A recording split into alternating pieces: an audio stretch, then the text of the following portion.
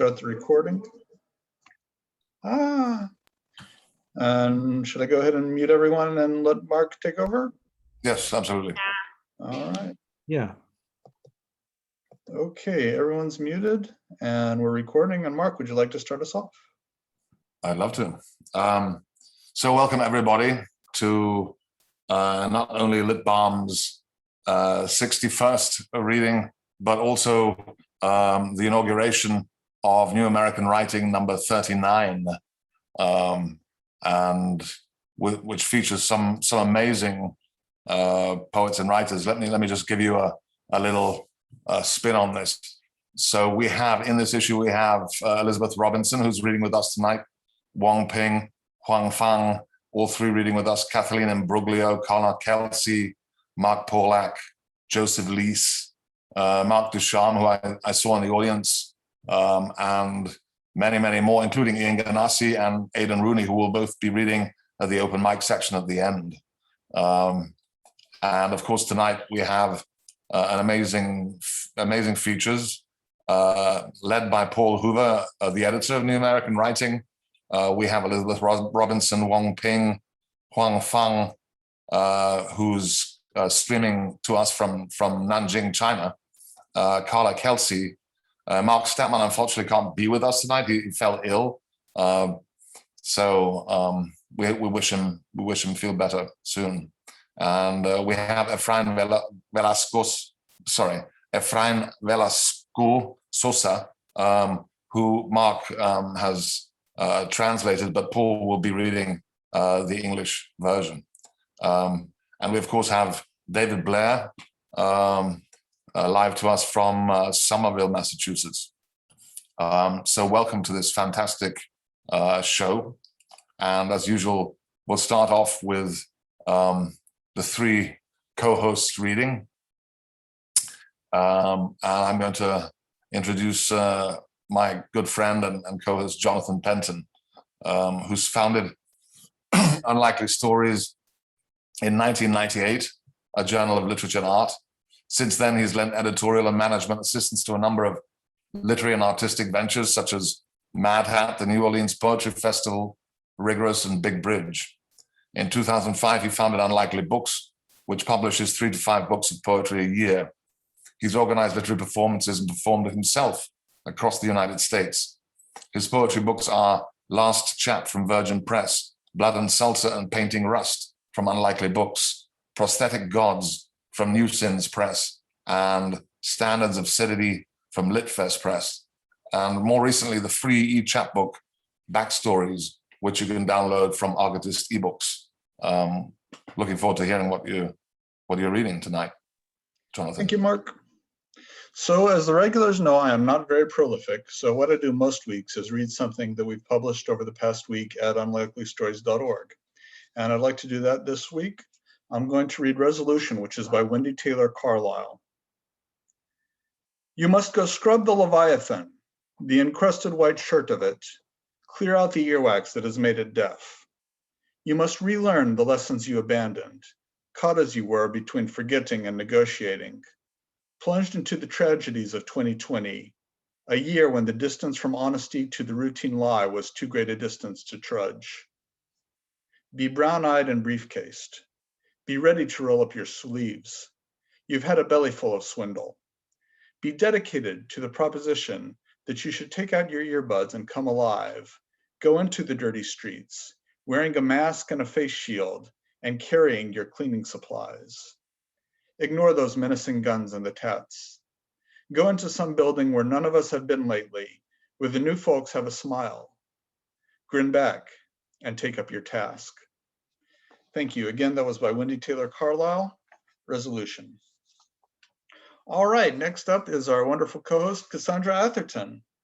Let's hear from Cassandra. Cassandra is an award-winning writer, scholar of prose poetry, and professor of writing and literature in Melbourne, Australia. Her most recent books of prose poetry are Pre-Raphaelite, Leftovers, and Fugitive Letters. She is currently writing a book of prose poetry on the atomic bomb with funding from the Australia Council. I read it, it's wonderful. Cassandra co-wrote Prose Poetry and Introduction and the Anthology of Australian Prose Poetry. She is commissioning editor for Westerly Magazine. Cassandra, will you read us a poem today? Yeah, thank you so much, Mark. Mark, oh my God, what a terrible thing to call you, Mark. Jonathan. I was a bit discombobulated because I was trying to find a poem in a book to read, and I decided to read one called Plasticine Lover that was commissioned for a journal a while back, and it's about how much I love to play with plasticine or Play-Doh when I was little. Plasticine Lover. When Irish darling left me, I made a man out of plasticine to love. He was easily manipulated. I made him a painter, not a poet. Poets leave for sunrises, red wine, and cheap pizza. Painters are brazenly polyamorous. They prize intimate networks of love, communities of love, hierarchies of love. You need a big love for that, so raise the infinity heart high. My fingers work to give my man the best from all my lovers, the priest's foppish hair, the slim hips from the violinist, the long fingers from the tinker, the tailor's blue Danube eyes, the square teeth from the soldier and sailor, the dramaturge's golden skin, and the smooth phallus from the bundler. I craft him from red and white plasticine. Marbling gives way to a uniformly pink hue. I'm sculpting myself a mate, like Pygmalion or Dr. Coppelius, a charnel house of lovers' parts. I smooth over the joints and peg him by his shoulders to the clothesline to soften him up in the sun, make him more malleable. I think of Modigliani and buy a canvas for him. As he softens up, I imagine he is looking at me like I'm his first watercolor, all pinks, mauves, and suspended pigment. I would like to introduce Mark. I should call him Jonathan after my initial discombobulation. Mark Vincennes is an Anglo-Swiss American poet, a fiction writer, a translator, an editor, a publisher, a designer, a multi-genre artist, and a musician. He's published 15 books of poetry, including more recently, Becoming the Sound of Bees, Leaning into the Infinite, The Syndicate of Water and Light, Here Comes the Night Dust, and the soon-to-be-released The Little Book of Earthly Delights. Vincennes' novella is set in ancient China, The Three Towers of Tao, or How to Catch a Fortuitous Elephant, and is forthcoming from Spite and Dival in 2021. An album of music, ambience, and verse, Left Hand Clapping, is also forthcoming from Tree Torn Records. Vincennes is a prolific translator and has translated from German, Romanian, and French. He's published 10 books of translations, most recently Unexpected Development by award-winning Swiss poet and novelist Klaus Mertz with White Pine in 2018, and which was a finalist for the 2016 Cliff Becker Book Prize in Translation. His translation of Klaus Mertz's selected poems, An Audible Blue, is forthcoming from White Pine Press. Vincennes is editor and publisher of Mad Hat Press and publisher of New American Writing. Hooray! He's lived all over the world, from Brazil to China to Iceland to India. He was born in Matilda Hospital. Everyone knows it was on the peak in Hong Kong, but now he lives on a farm in rural Western Massachusetts, overlooking Herman Melville's Greylock Mountain, and where, I know you're waiting for this, there are more red foxes, stoats, and southern bog lemmings. And I Googled them after Mark did this one to me, and they're really cute. They're kind of ginger, furry little rodent-y things. Anyway, there's more of those than people as well. So Mark, will you please read for us? I will. And I'll read a tiny excerpt from an excerpt of my novel, which is in a new issue of New American Writing. It's called, it's a chapter in itself, and it's really short. It's about 1.5 pages, but it's called The System Approximating Wealth. Where is the logic in the notion of evil? When the God remains silent and a scourge decimates basic human values, what messages are being sent? The narrative remains untouched for decades. Let me go back to that moment when the ministry paid me their incubation visit back in January. Let me remind you, I was caught entirely unaware. The word is the vision, and the vision is the word. Yes, an intermingling of senses. They do that a lot, wavering in uncertainty of something for the immoral. Timely, as First Mother would have said, but undisciplined, a fox pouncing on an indignant cat from behind and without due cause or process. Jealousy, perhaps? During the days that followed, I became more and more convinced the manuscript held the key to unlocking the vision. The untitled document was a combination of meditative practices and medicinal recommendations. There was no magic here, simply hard work and chemicals. Margaret had told me, in those earlier eras, drug usage was held to a minimum. In other words, the usage was only prescribed when the corporeal reached the limits of its potential. Meditation and ritual, repetition and reconditioning were the primary means, but sometimes you need a chemical nudge. The goal was never more in sight than when you reached that fine line between ecstasy and illumination. The pulse, she said, find your pulse. At first, I thought she was talking in metaphors, but she reached artfully over and took my wrist. You must see, she said, evolution is a complete sea change. Complete transition takes time and can hardly be achieved in the midst of inner city chaos. The simplest way to bring down your heart rate is to get out of here. The vision is more robust under the trees. I knew of the return to nature approach. The chairman himself had retreats in the backcountry, but since the last age of reason, the city was on the strictest of lockdowns. Still, members of the intellecto and with the highest credit ratings were proffered passes for the purposes of research and heightened awareness. Except for her hair, Margaret was not one for adornments. As she pulled back from taking my pulse, I was surprised to notice 2 gemstones implanted in her left wrist. A medical bracelet had obscured them previously.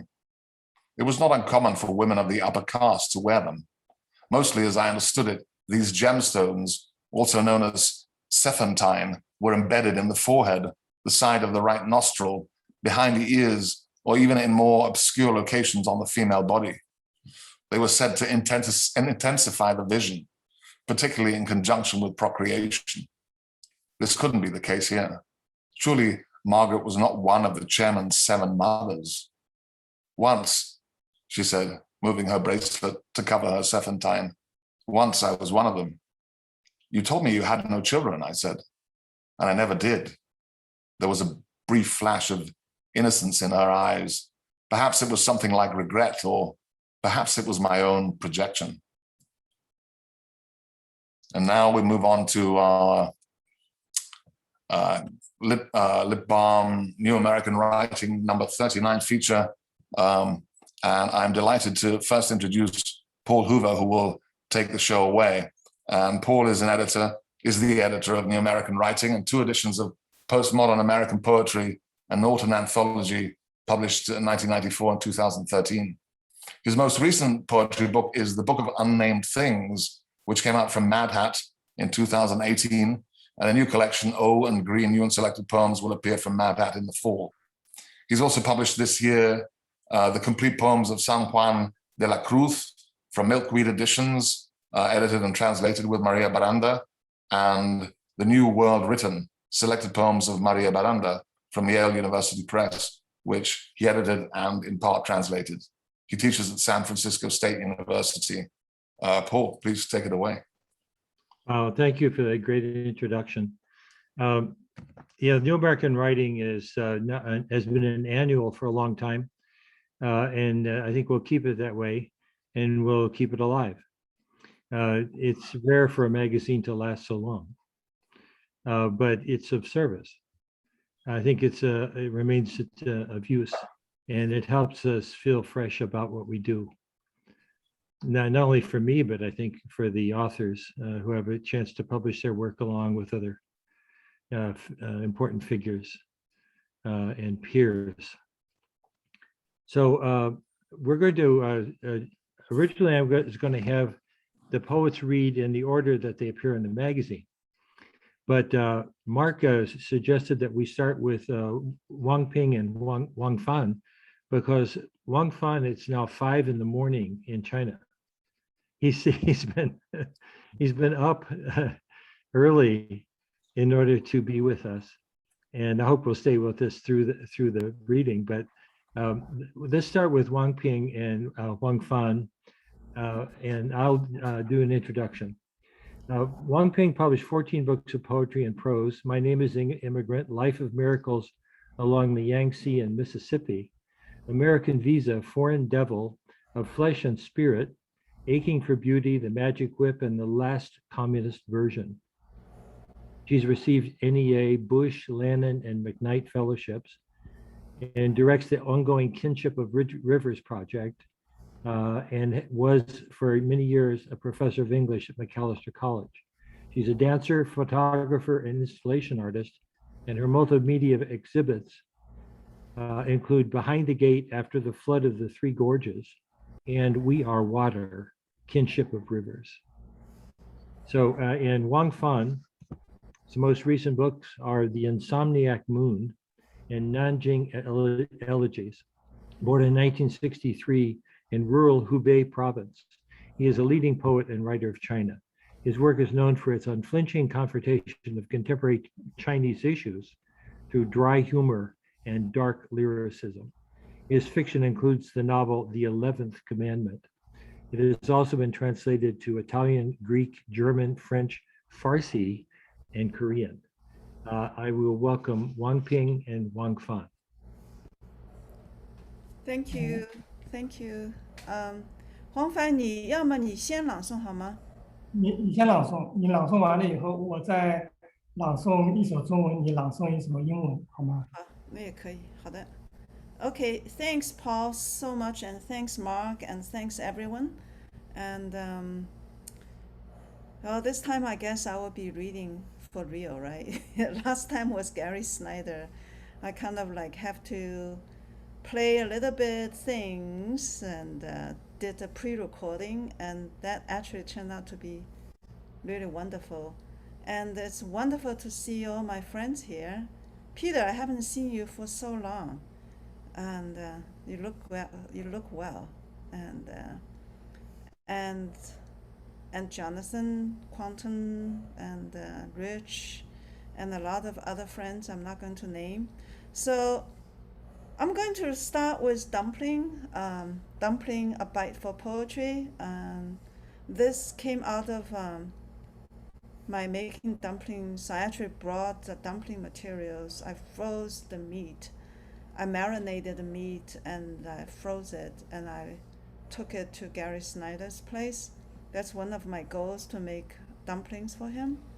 And turned out to be really good. Not the best, but it was really good. And he ate tons. And so Mark suggested Mark actually made a proposal of a really interesting, I'm not going to tell the secret, it's his idea, but I wrote a poem out of it.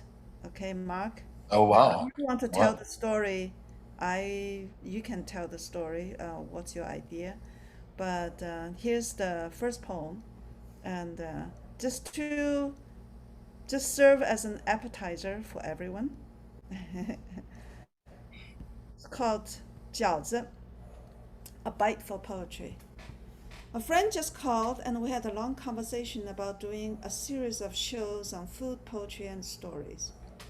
I listen to my vegetables, meat, fish, and spices. They teach me what to do, how to sing and dance with them, how to make magic in the kitchen.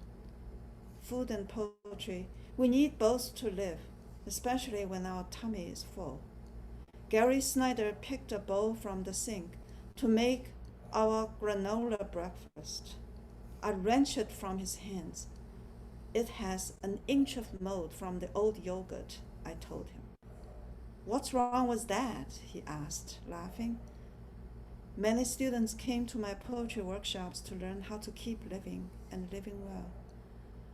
I started growing food since I was 5, cooking and serving my parents, siblings, partner, children, students, former colleagues, friends.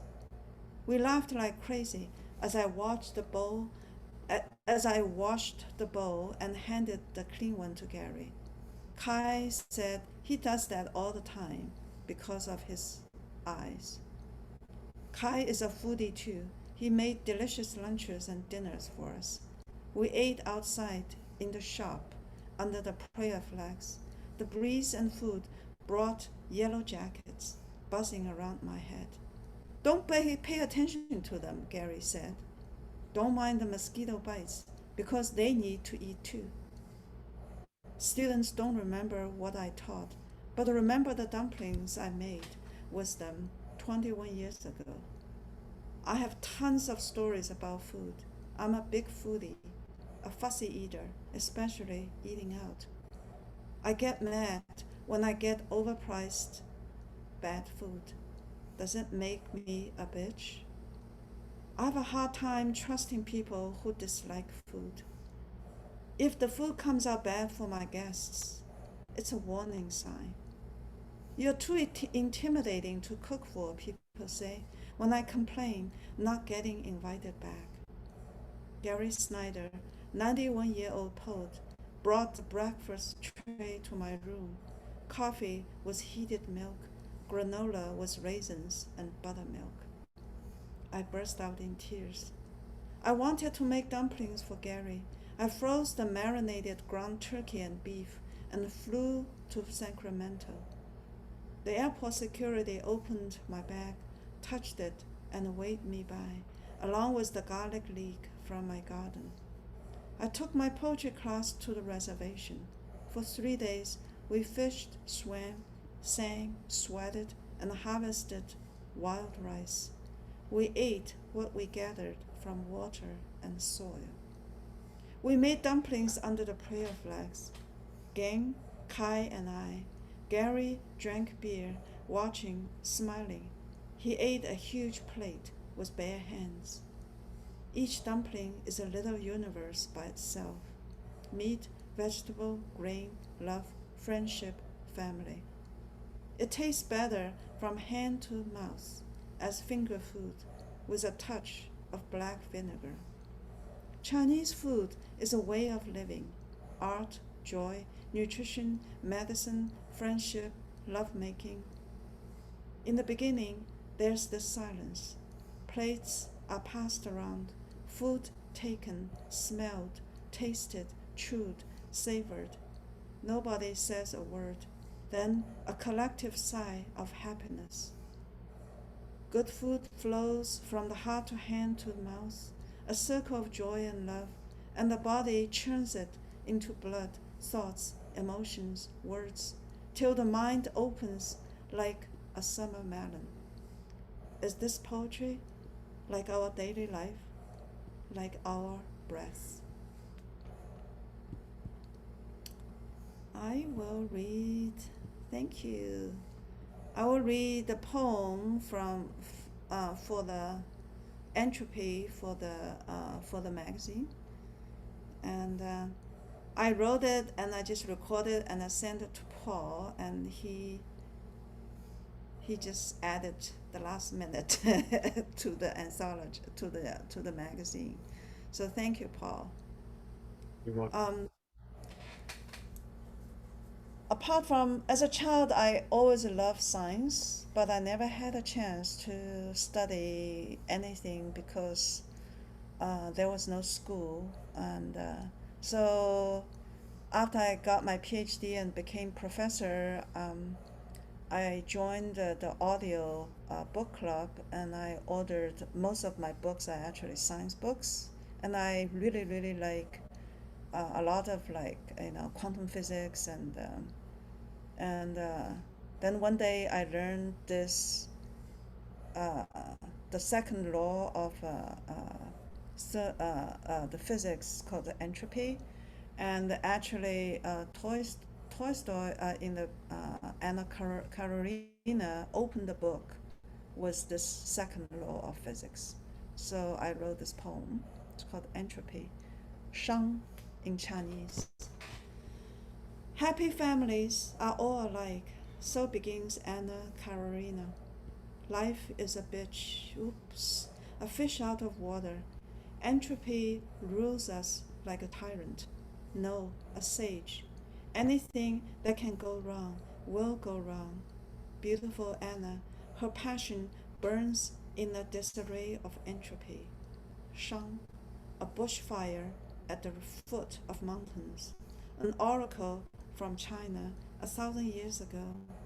Ji, misfortunes begin with the heart, tied by desire at birth.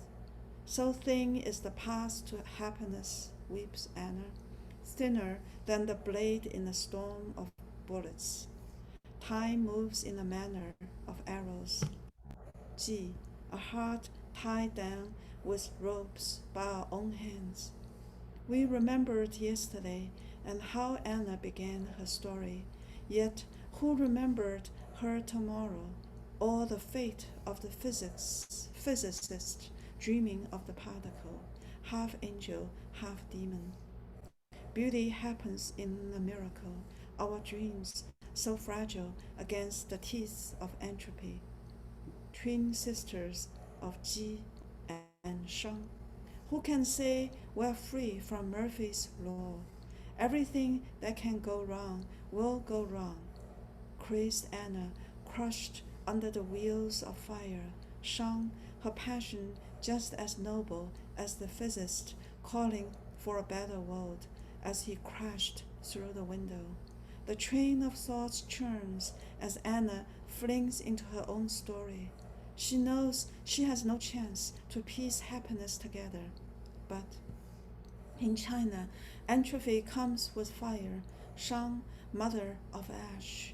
Without burning or rotting, the mountain shall have no earth. In science, order comes out of chaos, always. Entropy, Shang, a world rhyming with Shang, moist soil. Then Shang, a child dead before grown up, a physicist flung out of his own dreams, and Anna sacrificed for the order of family, for negentropy, anti-chaos, anti-matter. If you leave now, you will regret for the rest of your life, said my ex. No, Anna never had a chance for love in the grip of order, the family machine designed to strangle. I know I will regret it, but I have to go, I said, walking out of the mansion. So Anna enters, alone with a naked heart. Her beauty is a mirror from another kingdom. All that should be burned will burn, so life can start again from zero, predicted I Ching 1,000 years ago. Tolstoy wrote the story to teach a lesson about the tyranny of entropy.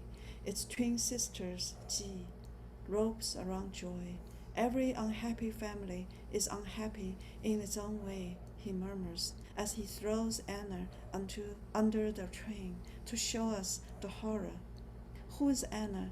Who is the physicist, carrying so much beauty under the sun, as he decoded the universe from a grain of sand, was Blake's vision. Are we nothing but aliens trying to make sense of humanity through a quantum highway of passion? Are we mere fish in a dry bucket, a sand castle in tsunami, never supposed to win this mismatched war? Yet we keep flinging ourselves under the train, keep breathing through our lungs after we lost our gills, growing our own crops after banished from the garden. We spin one miracle after another to keep Anna's story alive, our dreams, our poetry and failure, especially our failure. Shang and Ji, fire burning down the ropes, so the heart keeps singing as a proof of our existence, a firebird out of Shang, entropy. Thank you.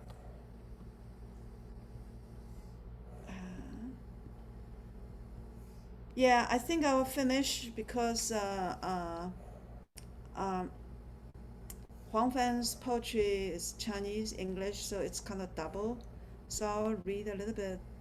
I will stop here and let Huang Fan start reading. 黄凡，你可以开始了。你先要看，等一下让我把那个中文拿出来啊。Okay. Hello, everybody. Yeah. I'm so excited to meet you on the internet because my English is poor. I better say English less and read in Chinese more. First, I want to read my poem Lamps. Which one? Lamps. 灯 Lamps. lamps. OK， 你喜欢买灯，仿佛已厌倦太阳，喜欢灯在夜里伸出黄皮肤的手臂，喜欢它抚摸铺在床上的睡梦。唯有黑夜才让你看清光线该有多干净。灯的手能被你回忆的泪打湿吗？他用干净的手指要取出你揉进眼里的沙子。你不敢正眼看灯，是因为你有太多的愧疚。灯把手伸向门缝，是在操心门外的黑暗。一整夜，灯用铜链把你拴在桌前，你写下的每个字都有春天的夜色。你甚至希望白天与黑夜永远分离，直到天亮，你才看清夜里的迷人光线，原来都来自灯泡的灰头土脸。Professor Wang Ping, please. OK, thank you, lamp. You like to buy lamps as if you were tired of the sun. You like to reach out at night, your yellow arms stroking the dreams sprawled in bed. Only darkness lets you see how clean the light can be. Would your memory's tears soak the lamp's hand? Could its clean fingers clear the dust in your eyes? You would not look at the lamp. Is it because you carry too much guilt? The lamp reaches into the door's crack. Is it worrying about the night outside? All night long, the lamp chains you to the desk with bronze shackles. Every word you write carries the color of spring. You even hope to separate days and nights forever, till dawn arrives and you realize the shimmering beauty throughout the night comes from a dusty light bulb. Thanks, Wang Ping. Second poem is called Bleeding Eyes. 出血的眼睛，左眼出血，黑瞳仁像架在火上烤的黑炭；右眼看着春天的灾难，仿佛说是哭的时候了。请试着用泪浇灭眼中的大火。医生叫我闭着眼，关上眼皮的炉门，炉火就不会灼伤内心。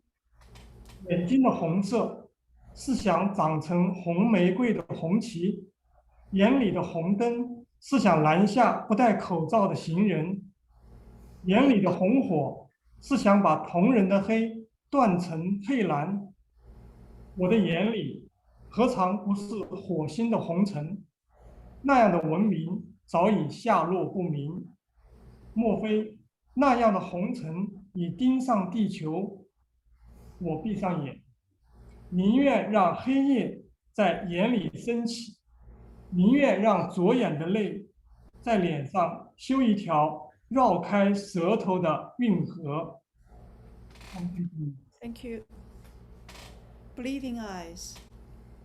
My left eye is bleeding, black pupil burning like coal on fire. My right eye watches the spring's disaster, as if saying, it's time to cry, to put out the fire with your tears. My doctor told me to close my eyelids, furnace door to my eyes. Would that prevent fire from scorching my heart? Is the blood in my eyes trying to become a rose-colored flag? Is the red light in my eyes trying to stop the maskless pedestrians? Is the fire in my eyes trying to forge the black pupil into blue? My eyes once contained red dust from the Mars, a lost civilization. Could it be true that the red planet is eyeing the Earth? I close my my lids. Let night rise in my eyes. Let my tears in my left eye run on my cheek, to open a canal away from my tongue. Thank you. The third poem is called Calm. 河蚌，用手掰开河蚌，这就是人主动上门的拜访。读书人你不上门找书，对着河蚌掰开的嘴，人要的不是可以对话的舌头，人要的是一场河蚌的苦难。人配得上河蚌的副食，配得上河蚌托付的未来。人走得出河蚌闭眼的黑暗，河蚌的余生本该在流水涓涓的河畔，本会聆听老人打盹儿的鼾声。春天的寂静本来是另一场灾难。吞下河蚌的人貌似慈悲，起身去禅寺祈福，学会遗忘的智慧。Thank you. Clam.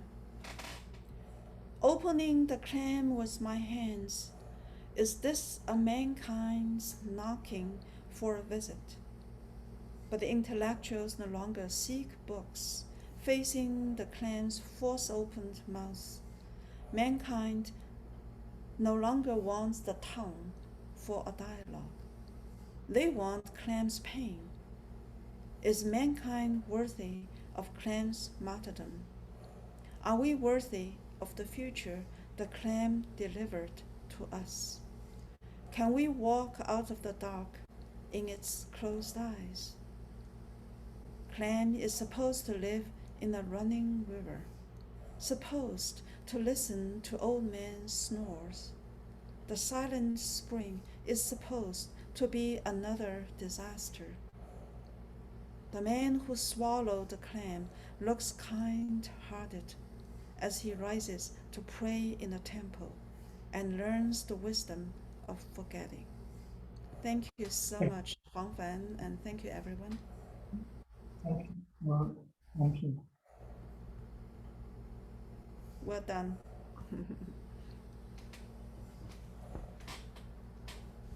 Can you hear me? Oh, good. Thanks for putting my mic on. Thanks so much, Ping and Fan. That was wonderful. Thank you. Thank I you. love the image of the clam and the man. So Elizabeth Robinson, she's been a friend for a long time. We knew each other years ago in Chicago, even. That was a long time ago, when you were attending the Chicago Theological Seminary, I think, at that time. Elizabeth grew up in Southern California and received degrees from Bard College and Brown University. A longtime resident of the Bay Area, she later earned an MA in Divinity and Ethics from the Pacific School of Religion. She is the author most recently of Rumor, Free Verse Editions, and On Ghosts, Solid Object, a finalist for the Los Angeles Times Book Award. With Jennifer Phelps, Robinson co-edited the critical anthology Quo Anima, Innovation and Spirituality in Contemporary Women's Poetry, published by University of Akron Press. A new book, Being Modernists Together, is forthcoming from Solid Objects in 2022. Welcome, Elizabeth Robinson. Hi, thank you. I'm very happy to be a part of this reading and to be part of New American Writing, which is like the most fundamental literary periodical. And I like it not just for its longevity, but because I always find new work by people I don't know in it. So I'm going to read two poems that are in the magazine and hopefully have time for a few others. This is called Domestic Contentment Simile.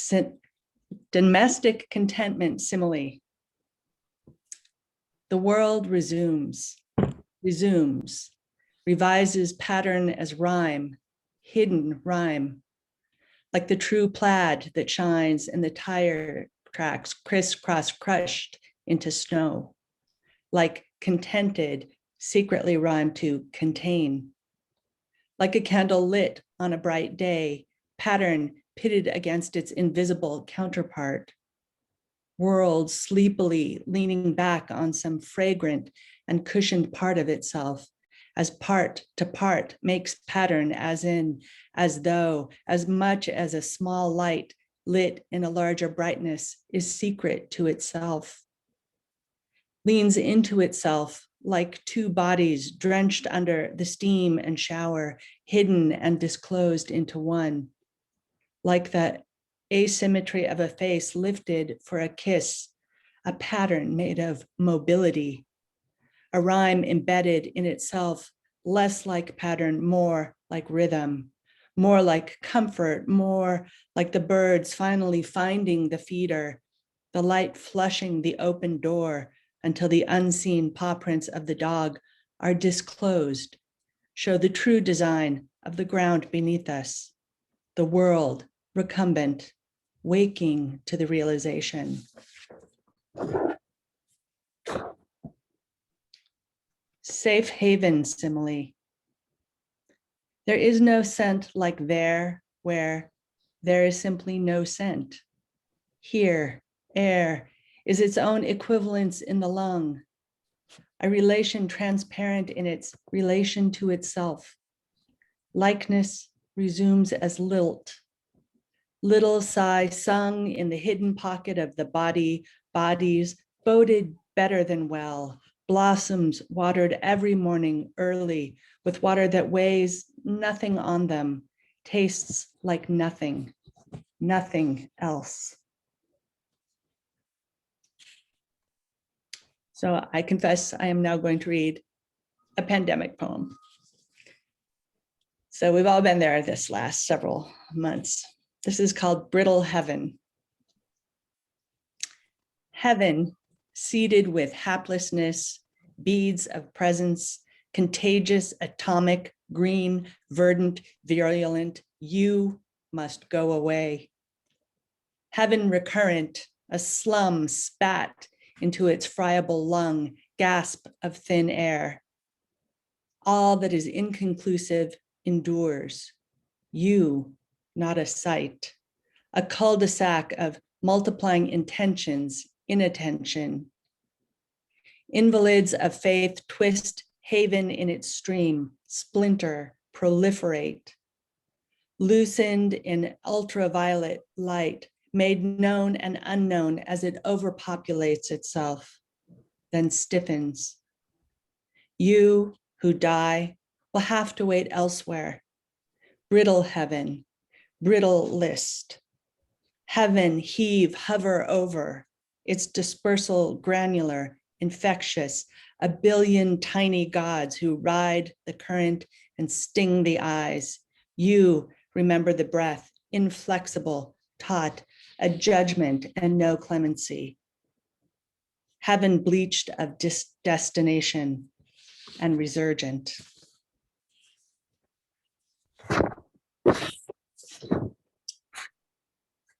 This is another pandemic poem.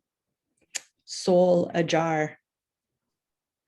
Term interchangeable with departure, soul.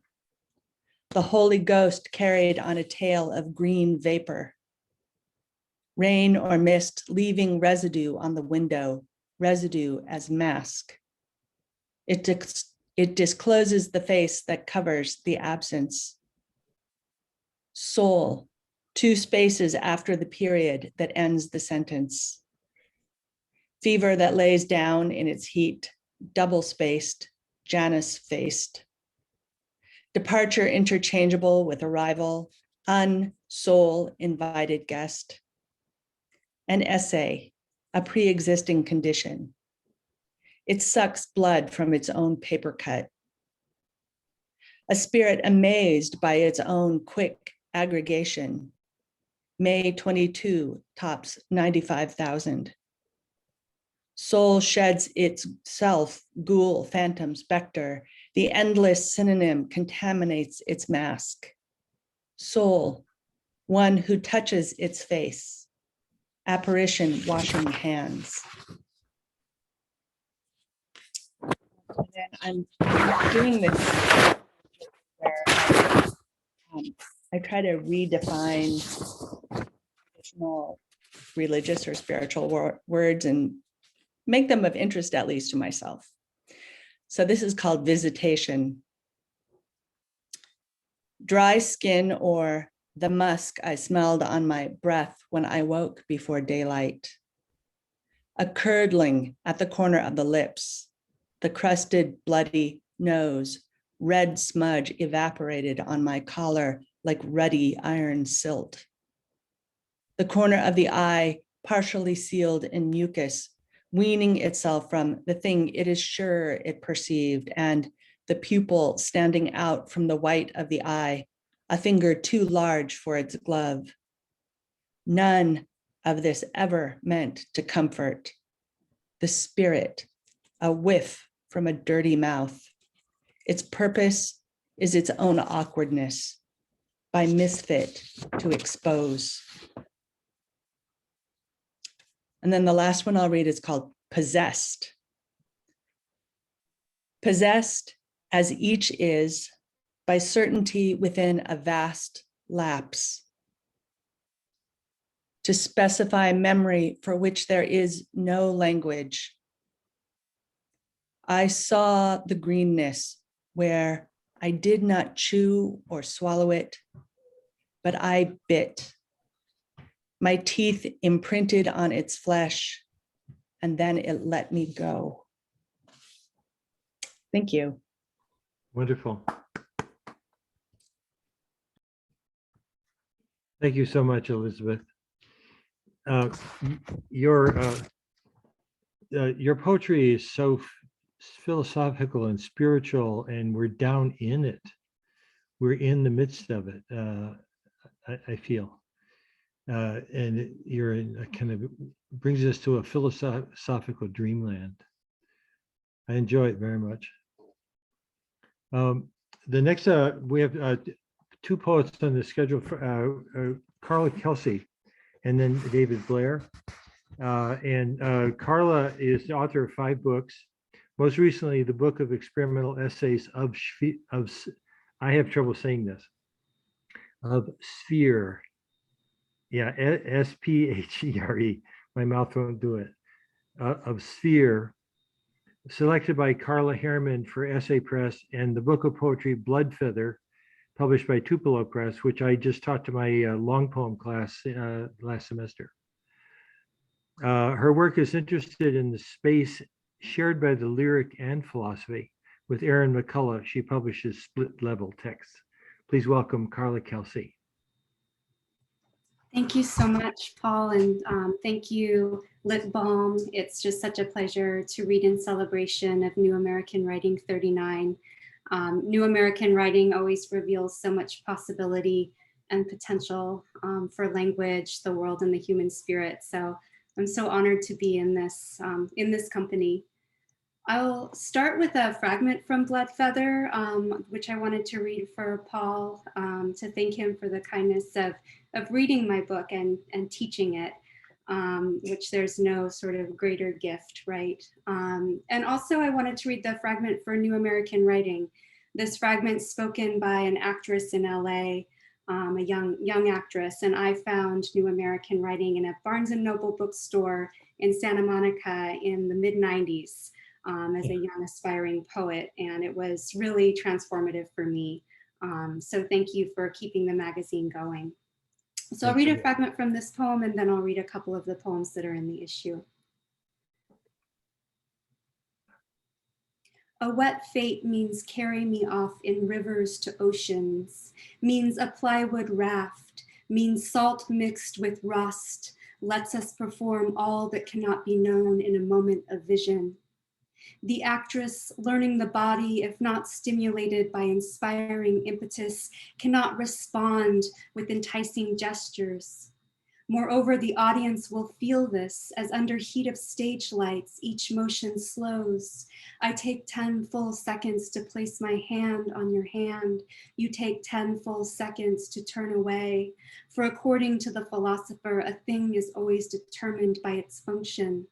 An eye, for instance, constituted by what it can see.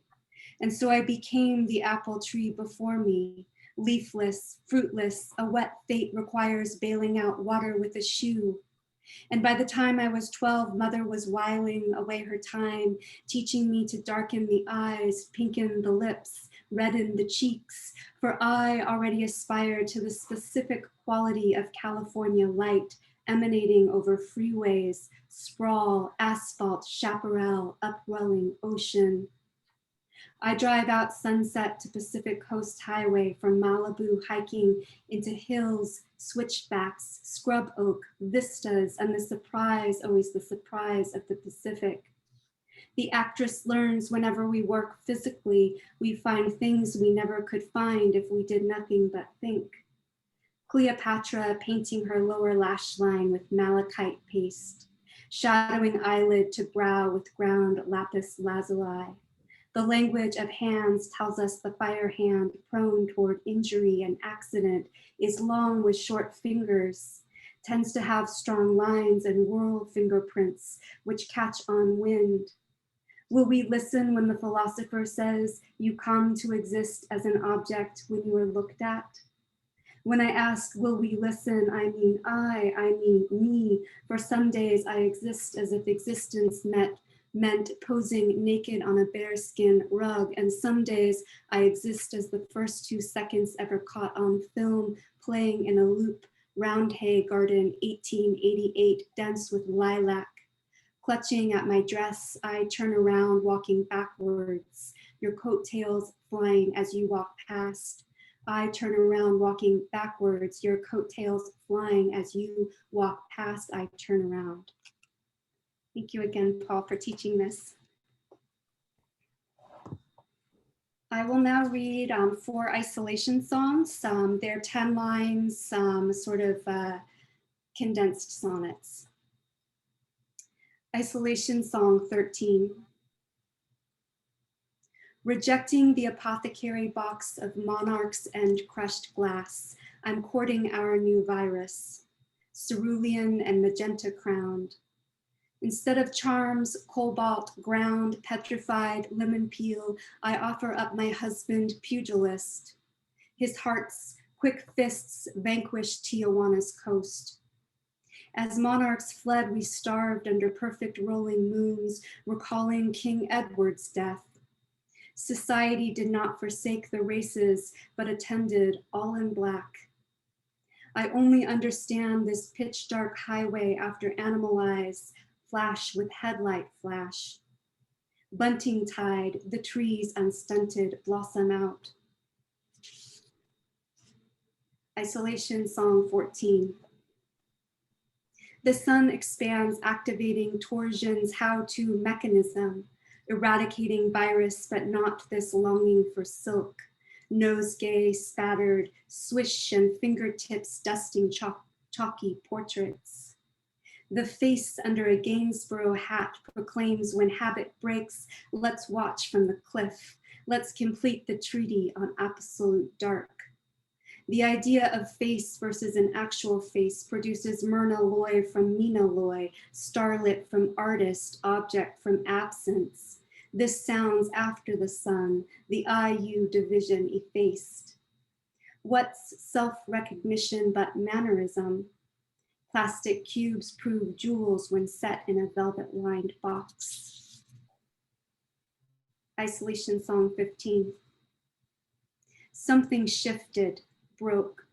When we used the bell jar to enclose not stuffed birds, butterflies, or model boats, but alarm clocks set to wake a dreaming stranger. Exiting the Alamo was last I felt the sun. Someone breathing via ventilator. Someone boxing up birthday cake.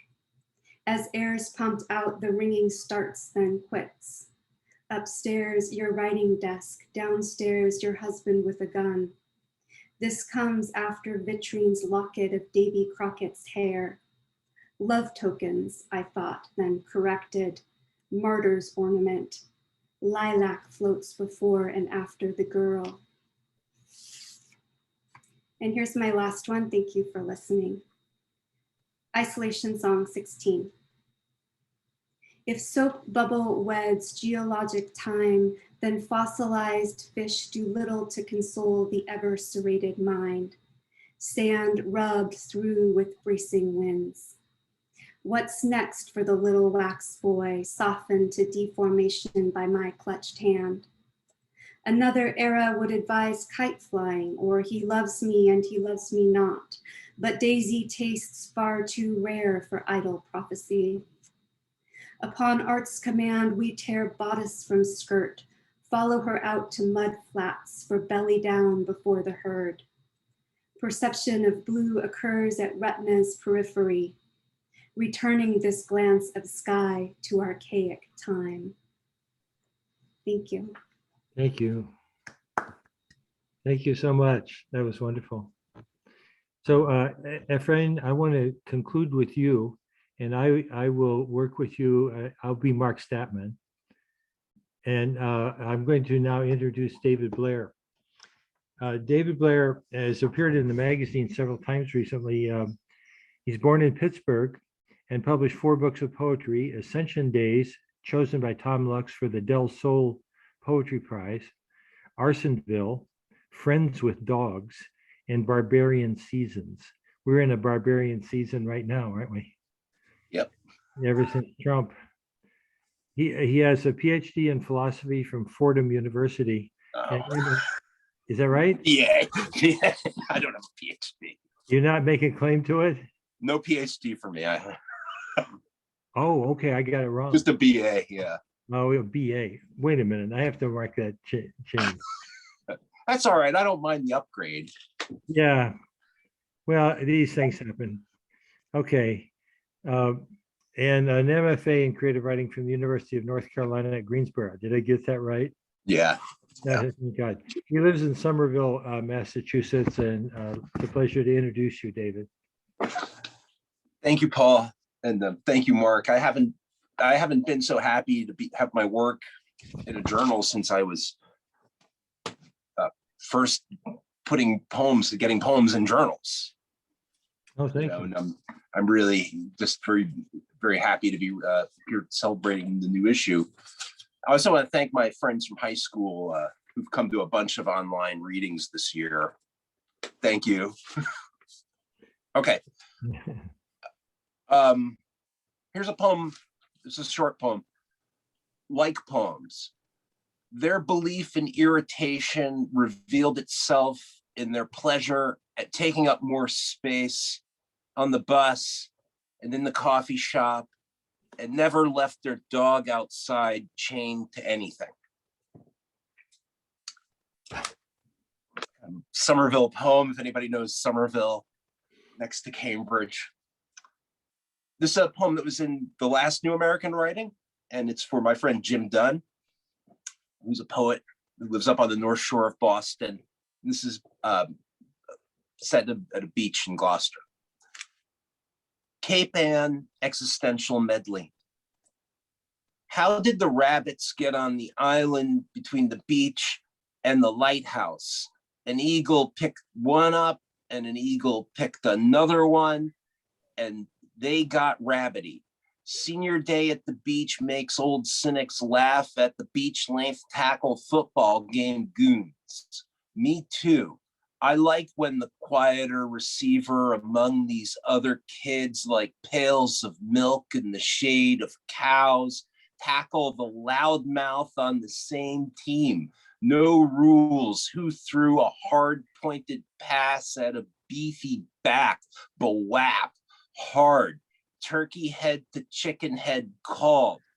Pick up some sea lettuce and stretch it without tearing it, and small goobers of wet sand sink down and holes open up in a cosmic way. Drop that green hanky to save a baby periwinkle snail. girls, boys, young people, tie-dye shirts say you are seniors. Lonely are the brains, but snug the joiners. Listen to a kid whose friend thought he would drown, bust lifeguard chops. Kid could move somewhere nasty, get elected to Congress. Creep. I know who has the New York City Fire Department sticker on his one ridiculous Jeep to toddle along Cape Ann, and the days get even longer. Yes to that.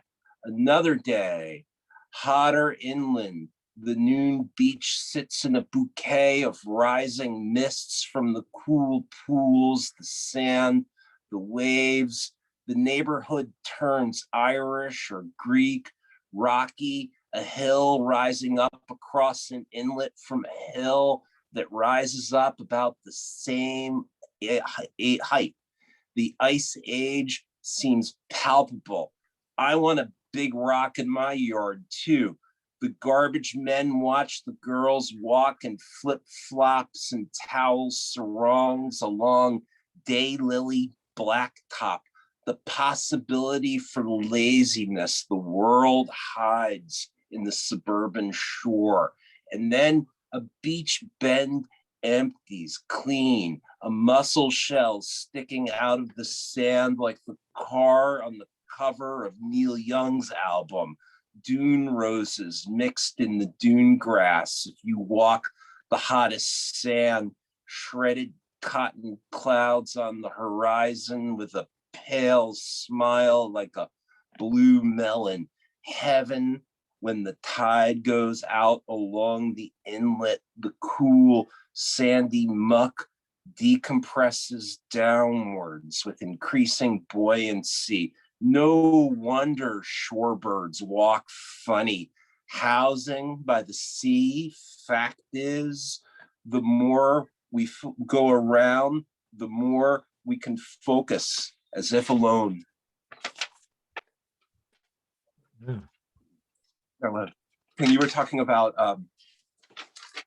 rowing, and I have a poem. There's a thing in Boston and Cambridge called the Head of the Charles, where sculling teams from all the universities come, right?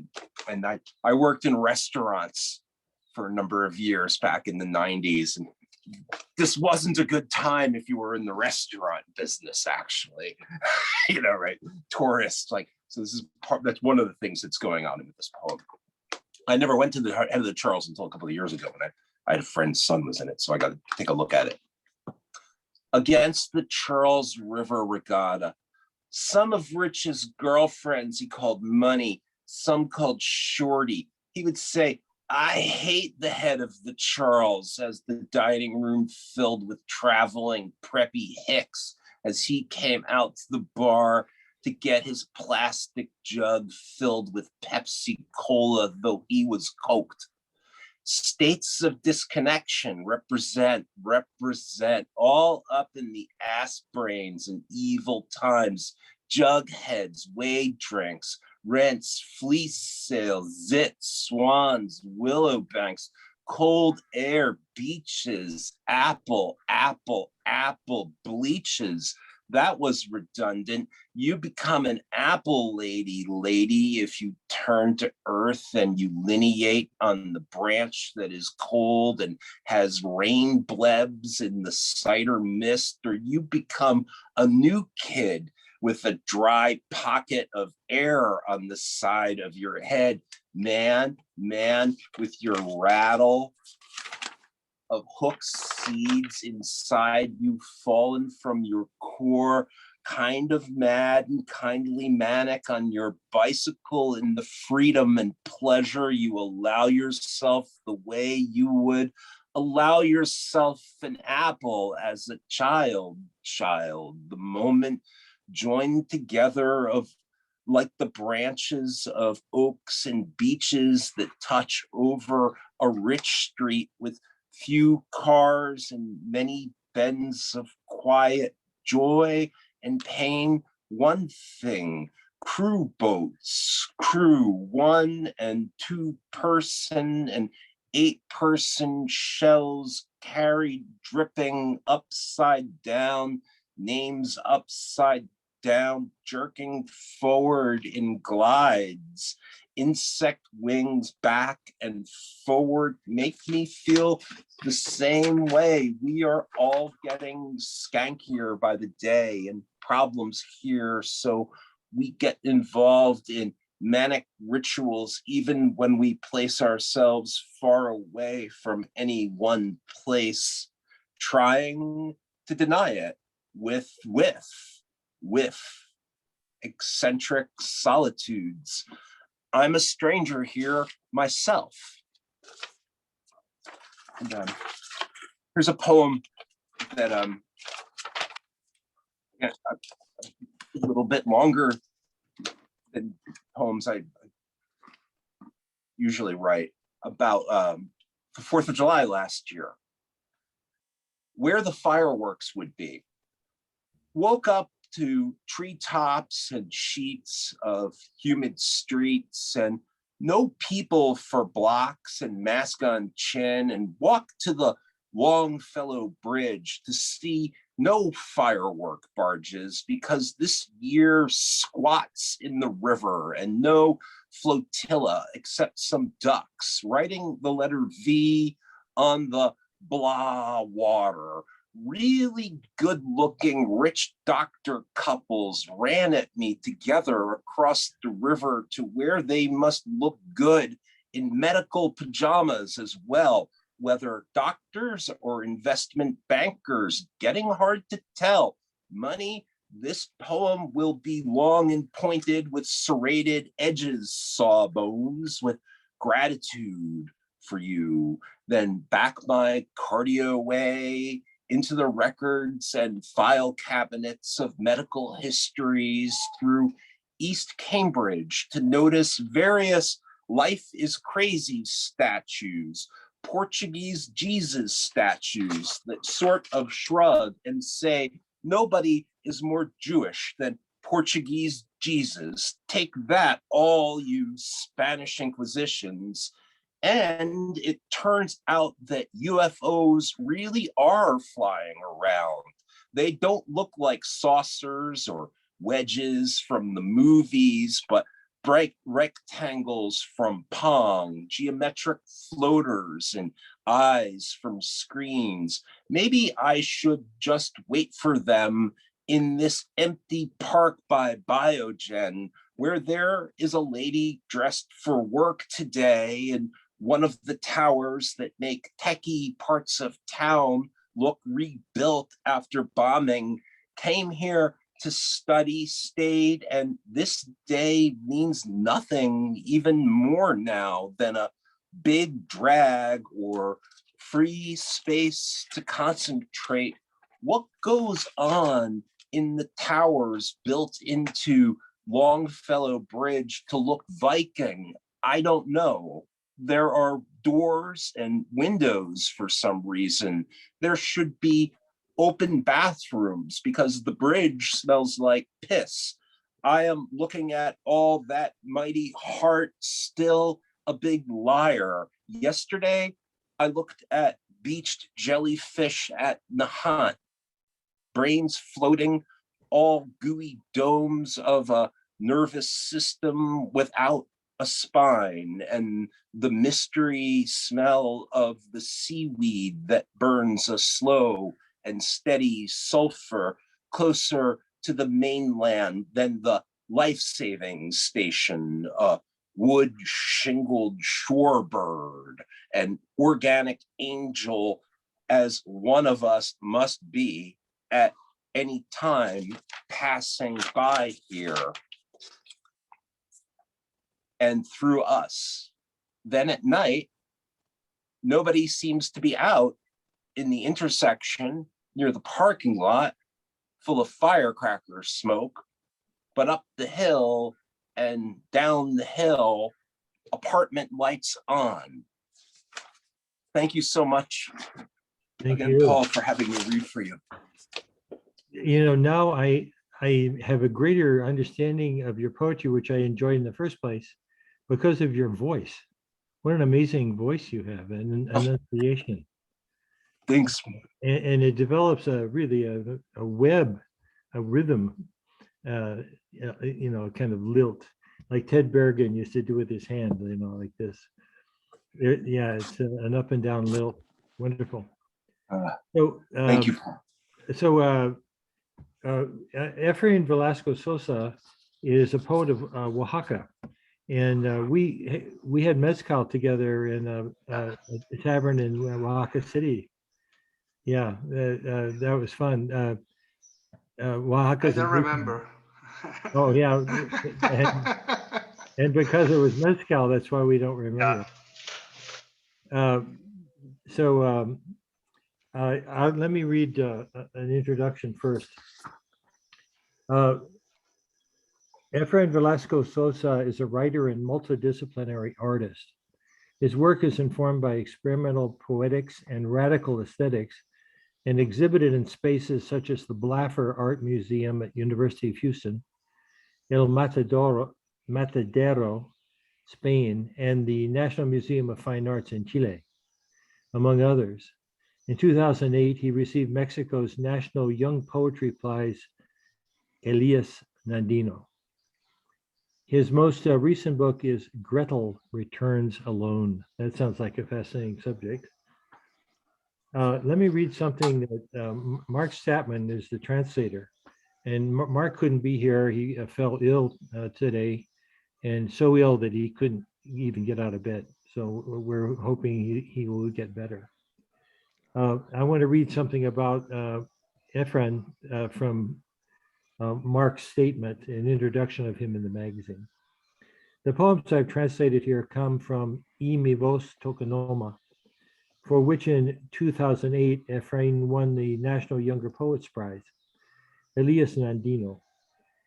Widely anthologized and translated into several languages, Efrain has also published 2 other books, Greta Regresa Sola and 4 minutes 33 seconds, as well as the digital works Juchitlan Tiembla and Sostiene Gruñón.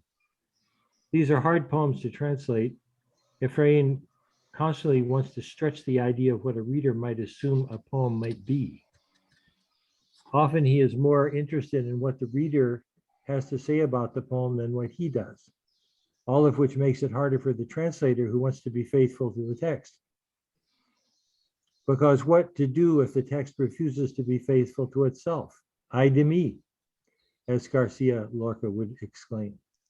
So please welcome Efrain Velasco Sosa, and you will read in Spanish and then I will read the English. Is that okay? Okay, it's okay. Thank you, Paul. Okay. It's a pity that Mark is not here. No, I hope he'll be better. I will start with this poem that calls Considérese fornicio. Yo no sé, yo también lo creo. Es decir, aquí en casa, como impecables y minuciosas hormigas de alta composición, la rigurosa y completa y ciega y fotogénica mujer, ocupando el justo lugar en algorítmica densidad para evitar protagonismos. Nada de que una uña le apriete el tallo y allá va a dar el corazón. Nada de que la carcoma entrópica que amague su escándalo. Luego esta silla, que insiste en deambular malintencionada por el cuarto, con 2 ejemplares fornicando en el lomo, en griterío sin lugar para el grito, y sin un zapato, sin lugar para el zapato también. Esta silla mía. Yo no sé, yo también lo creo. Es decir, aquí, en casa, como implacables y minuciosas hormigas, aproximo, adivino, es decir, ese sabor de ese poco de esa ardiente manzana, tal corazón, tal forma larga, tales islas en la pausa. Consider yourself fucked. I don't know. I also believe it. That is to say, here in the house, like impeccable and tiny ants of high order, the rigorous and complete, blind and photogenic woman, taking her correct place in algorithmic density to avoid prominence. Nothing but a fingernail that squeezes the skin, where there it will give the heart nothing of the entropic worm that embitters its indecency. Then this chair that insists on wandering twisted through the room with specimens fucking in the ass with cries, without a place for a cry, and without a shoe, without a place for a shoe. This chair is mine. Break? I don't know. I also believe, that is to say, here in the house, like inflexible and tiny ants, I bring close, I divine. That is to say, that taste of that burning apple, such heart, such great form, such islands paused. Thank you, Paul. Cerrado por reparación. Hoy me entero que padezco de hipertensión arterial, afamado mal de la época, que en más es dar cuenta del arcabuz en las manos de un idiota. A saber cuándo la voladura y de repente encuéntrome un agujero en la pared y alguien que dice sí, yo lo vi pasar por ahí, escapó hacia la mermelada de especie. No soy feliz con esto, renuncio, aunque no me despida. Closed for repair. Today I learned I suffer from arterial hypertension, ill-famed evil of our time, which is like putting an arquebus in the hands of an idiot. Even knowing when the blast comes suddenly, I find myself a hole ion in the wall. And someone says, if I saw you go over there, then you've escaped the marmalade of the species. I don't want to fight. I renounce the struggle, not the goodbye. Rutina de la muñeca fea. Mira que ando queriendo abrigar algo en el fondo del relleno. Pretexto de madriguera es mi corazón suave de aluminio. Quiero decir eso que no ha manchado el hollín. Quiero jugar contigo. Quiero jugar contigo. Y aunque rote en un rincón, cifro la tarde, mientras, dice la gente, la tierra gira en un gran balde oscuro.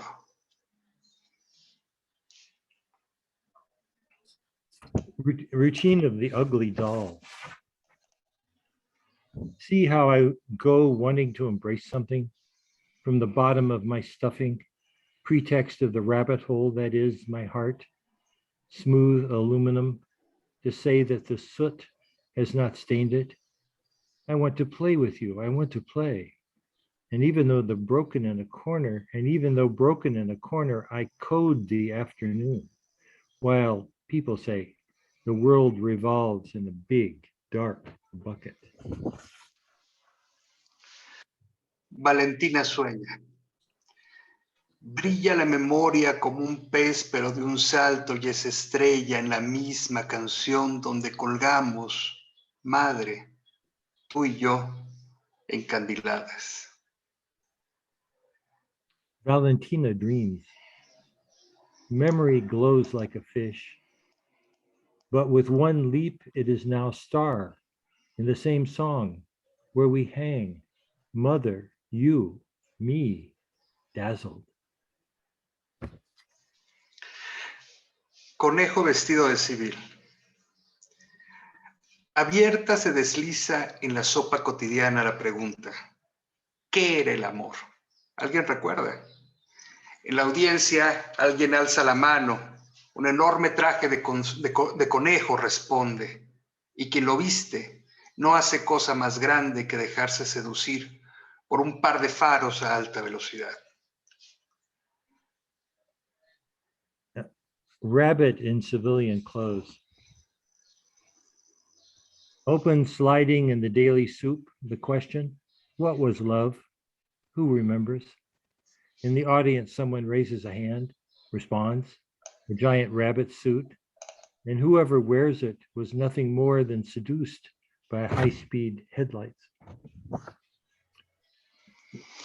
Anybody here confess to wearing a rabbit suit when you were a kid? Caperucita, durante algunos meses fuiste la más querida viviendo entre lobos. Y aunque lo más duro fue el insomnio, sabías cómo distraerte entre las noches. A veces delirabas cocinando toneladas y toneladas de pasteles para la abuela, y empezaba el día y terminaba y empezaba otro, y nunca podías llevarle la comida. Eso te preocupaba. Pero necesitabas siempre más harina y el fuego nunca era suficiente y la casita se iba llenando de pasteles, ya no quedaba espacio para moverse dentro. Entonces era terrible el pan, terrible. Pero el consuelo llegaba otras noches, cuando salías a buscar a tus devastadores leñadores en los pasillos secretos del bosque. De sueño en sueño, los besos iban rápidos por el camino más corto. ¿A cuántos llevaste al fondo de la espesura?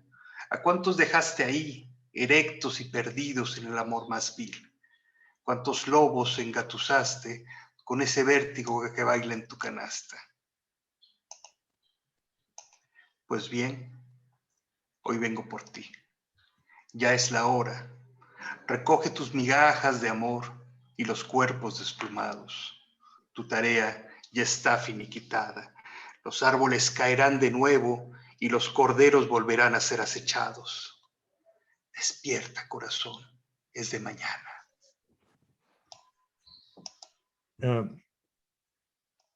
It's amazing what Spanish can do with the syllable. Things that the English mouth can't even dream of, really. English speaking mouth. This is Riding Hood. Riding Hood. For several months, you were the most loved living among the wolves. And though your insomnia was bad, you knew how to distract yourself by night. Sometimes you hallucinated, cooking tons and tons of pies for grandma. And day started and stopped, and another started, and you never could bring her the food, and it bothered you. You always needed more flour. The fire was never hot enough. The cottage was filling with pies until there wasn't enough room to move. It was a nightmare, nightmare, nightmare of pie. Consolation came with other nights, when you would leave in search of your devastating woodsman in the secret hallways of the woods. From dream to dream, the kisses that led a false path. How many did you take to the deepest woods? How many did you leave there, erect and lost in a love most vile? How many wolves did you fool with the vertigo that dances in your basket? Well then, today I come for you. Now is the hour. Gather your crumbs of love and the plucked bodies, your work is done. The trees will fall again and the limbs will be stalked again. Wake up, heart. It's morning. Thank you, Paul. Thank you. This is fantastic. Thank you, everybody. It was a great, terrific reading and with such great variety. Absolutely. And Paul, we want to hear at least one poem from you personally as well right now. Oh my God. Oh my God. Oh my God. I just happen to have a manuscript right here. Go for it. Yeah. I'm gonna have to search for a second. Sorry for the delay. I should have prepared. No worries. No worries. This was called I Write Myself. R-I-T-E. I write myself. I find myself by letting go what I was, to find a self, not I myself, but the one passing by. Writing is a letting go, thereby to read the reader and to be read in return by the ones I soon will be, surrendering, engendered by the mess I make, being born again, beyond fences, down wells. To grow in love by writing then, what isn't is what could be, possibility and murder when just breathing would do. I unknow myself, become space and then time. To right is to wrong then, be the cellar and the star. The mess is our precision, it's hunger, the only goal. To right myself, I erase myself, beginning with my hand. You there are here then, the one who's always with me, all the way in. So thank you. Thank you, Paul. For asking. And thank you everybody. This has been a fantastic show. Basically from all over the world. Especially thank you, Huang Fan, for tuning in at 4:45 in the morning. I'm guessing you probably had to get up at 4. But of course, thank you, Paul Hoover, for hosting this amazing celebration of New American Writing number 39, which is, as always, a stellar output. Thank you, Elizabeth Robinson, Wang Ping, Huang Fan, Karla Kelsey, Mark Statman, Efrain Velasco Sosa, and David Blair. Thank you all. It's been a fantastic show. Just a brief, very condensed version of what's coming up. We have some amazing shows coming. We're taking a brief break now until July 10, when we feature Timothy Donnelly, Valjania Mort, Daniel Blau, and Chase Twitchell. Should be quite a show. And then on July 17th, we have a founders reading with exciting and as yet to be announced unexpected guests. And then on July 31, we commence the International Surrealist Poetry Extravaganza, which includes Maxime Chernoff, who's I believe with us today, but also Andrew Giron, Charles Alexander, Will Alexander, Oz Hardwick from the UK, and a whole host of interesting fellows and people, including Jeff Wright, who is, I believe, working on his surrealist poetry puppetry show. So that should be quite something. And now we move on to the open mic section of our reading, which I believe today features 3 more poets who were in this issue of New American Writing. Jonathan. Thanks, Mark. Yeah, we have coming up a collaborative poem with Aidan Rooney and someone I don't know whose name I can't pronounce. People can go ahead and unmute themselves now. De ma fils La Fontaine. De ma fils La Fontaine. Okay, thank you. Yeah. Thank you. So Aidan and De ma fils, you can unmute yourselves now. And if you'll read us a poem, we're looking forward to it. Super. It's great to be able to read De ma fils' wonderful poem called Temporary. Aidan, your sound level is very low. Can you up it? Let me just turn off. I had an aerial fan going. Is that better? Higher, much higher. A little more. Okay, is that better? I'll just talk. A little more. Is that your max?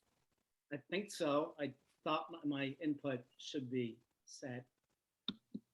Well, I mean, we could just about barely hear you. Yeah. Okay, I will speak very loudly. How about that? Go for it. So I'm gonna read a poem in duet with De ma fils La Fontaine, a wonderful poem that I translated from the Haitian Creole called Temporary. And I wanted to thank Paul for taking it for NAW 39. And I think I should ask De ma fils to read it first in Creole. Are you there, De ma fils? Yes, I am. Okay. Thank you, Aidan. I am delighted to be part of this great day and to read my poem, En temps pourri. Relation doit nourrir pour l'amour pas mourir. Autrement, amoureux ap nan courir. Jaloux ap content ri, couple qui périt, mariage pas pateri. même pour la galerie. Pap gen ti moun nan gadri, fami ap petri, la tête pap geri, ni fleri. Figi ap kontinye kouvri, business pap louvri. Anyen pap jam découvri, bay vide ap kontinye febri. Tant pis, pas van vale à vil pri, ou pas besoin qu'on écrit pour décrire situation cri ou ap souffri dri. Pas oublier, Clinton crasé production diri pour impérialiste et laïté dans la rue. En 2004, bicentenaire Haïti boycotté à Paris. Kounye Haïti ap tri, pote bol blé, kaema dans l'ori. En temps pourri, nationaliste, youn contre l'autre. Ingri, jou va jou vient, inégalité ap fini sans parti pris. Jou va jou vient, inégalité ap fini sans parti pris. Jou va jou vient, inégalité ap fini sans parti pris. Thank you. Thank you, Duma. That was wonderful. Rotten spell. Love for want of show and tell checks in at the Hell Hotel. Logs among its clientele, couples in a cold spell, polite, aggressive personnel, a gallery that bade farewell. Spouses woke on eggshell, parents on their carousel, kids in some remote stairwell. The world in a nutshell, hell, cold, unsalvageable. Pro and anti-maskers yell, shuttered stores up and sell. Wall Street's virtual cartel deafens past its closing bell. The doink of an oil barrel, rice-filled, bless you, Bill, deep dipped in the inkwell of trade and paid's high decibel, swagger of imperial, hell-bent goodwill, all out to quell what ill. No show, just kiss and tell. When Haiti, France's Jezebel, always ailing, infidel, fets its bicentennial. If all this sounds swell, lobby for quickly. Take your blue bowl and tell Madame Larry, la demoiselle, to dispel this rotten spell of raging, plot lost, pitted people bent on bending arts from people.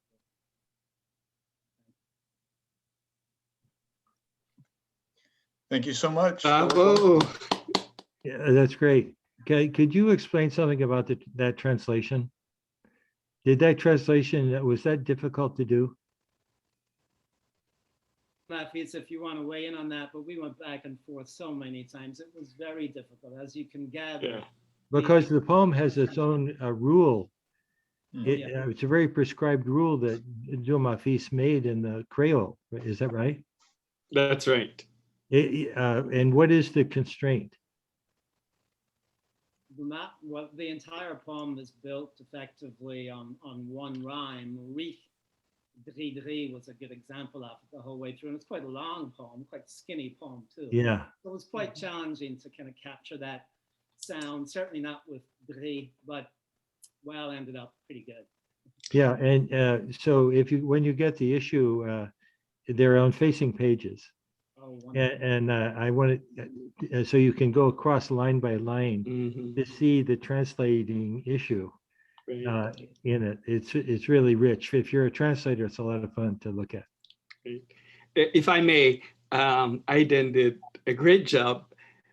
In English, he managed to maintain the rhyme.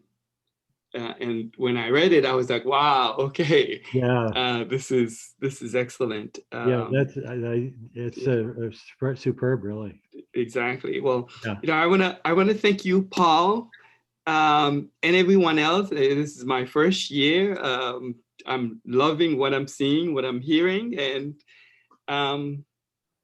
we'll leave it at that. Well, welcome to this community as it's now constituted. Thank you. It's an ever swirling, changing community, but yeah. Well, welcome. Glad to have you in the magazine. I appreciate it. Thank you very much.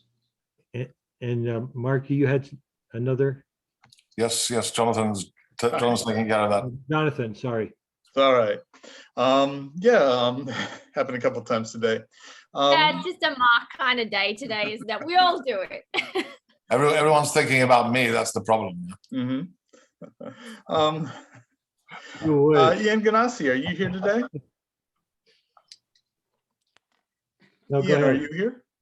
You should be able to unmute yourself. Can you hear me now? We can. Okay, I'm here. All right. Would So you I like had, to use this?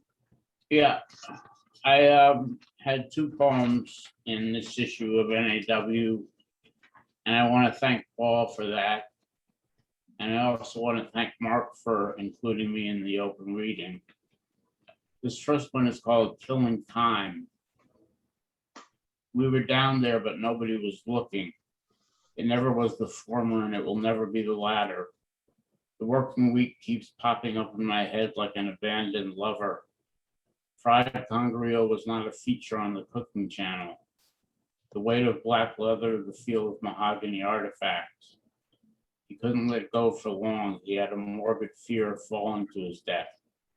But something had changed, and the blind man directing traffic at the crosswalk. The list goes on, tagging everything with the label so it's easier to buy. Nowadays, we see the fox in the city, but to address the subject directly caused too much anxiety. A bad penny dropped from a great height. Did it enter the doctor's head to reconsider the Hippocratic Oath? An unnamed child is an awful thought. Time flies when you're dying or flying, but it resists being killed. And the second one is called Old Faithful. It's a little silly. It rhymes, rhyming couplets. The shorts read dancer, but I thought they read danger. They were experts at all sorts of annoyances and abrasions. Even insularity would be preferable to unending irritation. Board the schooner with cutlass in hand, the vanquished will bury their heads in the sand. Funny how things get kicked down the road. They don't go fast, but they change as they go. Hurry up and wait, but hurry slowly. And don't pay too much attention when they tell you something's holy. The mice and the maestro's mice, he took them everywhere to make the music nice. To be clever is not necessarily to be wise. Remember the civil servants who are selling their lies. I spent 20 years at sea and didn't get any wiser. I spent 4 days on the road just to see a geyser. At the event, a half-hearted adulation hung in the air like bad breath. But to be fair, that isn't quite fair. A plague of locusts arriving, each one with a letter in its mouth. The letters are illegible, as you will soon find out. Now the phrase elegiac tone sits fizzingly on the tongue like pop rocks. This cheese is delicious, even though it smells like dirty socks. Excellent. Thank you so much. Very cool. Love that. Thanks, info. Ian. Thank you, Ian. All right. I believe that's our show for tonight. Excellent. Yeah. So just to close this off, to make sure that Ping is back. Yeah. Here's a little poem from my new book, which is about to just come out from Spite Dival Press. It's tiny, yeah. It's called A Little Book of Earthly Delights. Do you recognize that character, Ping? It's one of Ping's calligraphy friends. It's the Chinese. Yeah. It's. I believe that's Little. Is that right? Little is this one, right? Yeah, no, that's Delight. Delight. Okay, and that's Little. Yes. Okay, so it's Delight Little. Anyway, it's the Little Book of Earthly Delights. Yeah. And this is called Remembering Again, after Wang Wei, but for Wang Ping. The cook whispers softly into his pots. Yet over the mountain, the woman climbs. On the path, she scatters her papers, scatters her vapors. In a huff and puff, until the dark tone laments alone. Thank you, everyone, for a wonderful, wonderful Lit Balm night. Thank you, New American Writing. Thank you, Paul Hoover. Thank you, Wang Ping. Thank you, Huang Fan. Thank you, Mark Statman. Thank you, Efrain Velasco Sosa. Thank you, Elizabeth Robinson. And thank you, David Blair. And thank you, Karla Kelsey. Wonderful reading. See you next time. Love and poetry. Thanks, Mark. Thank you. You. Good night, everybody. Thank you to everyone. Good night. Bye, dumplings. Lots of dumplings. Yes. That's right. someday. Dumplings. Be true to your dumplings. Bye bye. 再见. Bye. Suche. Sayonara. 再见. Yeah.